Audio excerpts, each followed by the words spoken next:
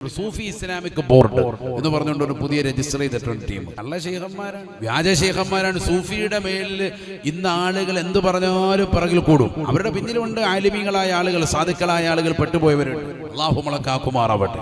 എന്താണ് അവർക്കുള്ള പ്രശ്നം? അവർ പറയുന്നത് മതം വേണ്ട എന്നാണ്. അതാണ് മെയിൻ പ്രശ്നം. മതം വേണ്ട, എല്ലാവരെയും സ്നേഹിച്ചാൽ മതി എന്ന്. അവിടെയാണ് പോയത്. ഇന്ന ദീന ഇൻദല്ലാഹിൽ ഇസ്ലാം.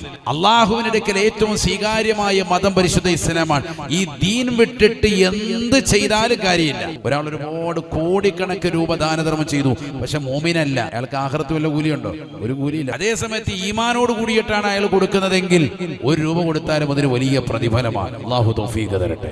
വമൻ യബ്തഗി ഗൈറൽ ഇസ്ലാമി ദീനാ ഫലൻ യുഖ്ബല മിൻഹു.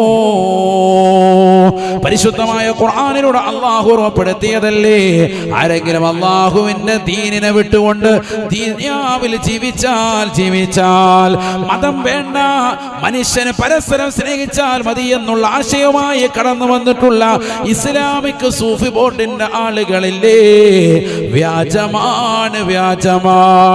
പെട്ടുപോകല്ല മുസ്ലിമേ, അത്തരക്കാരെ മാറ്റി നിർത്തൽ നിർബന്ധമാണ്.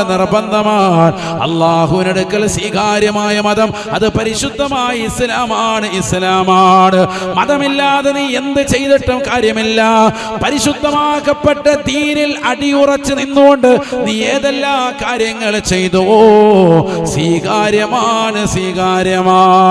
വമൻ യബ്തഗി ഗൈറൽ ഇസ്ലാമി ദീനാ ഫലൻ യുഖ്ബല മിൻ. പരിശുദ്ധമായ ഇസ്ലാം മതത്തെ വിട്ടുകൊണ്ട് മറ്റേതെങ്കിലും ആദർശാശയങ്ങളുമായി കടന്നു വന്നോ അവരിൽ നിന്ന് സ്വീകരിക്കില്ല എന്ന് വിശുദ്ധമായ ഖുർആൻ. വഹുവ ഫിൽ ആഖിറതി മിനൽ ഖാസിരീൻ. അവർ ആഖിറത്തിൽ ഏറ്റവും പരാജിതരാണ്.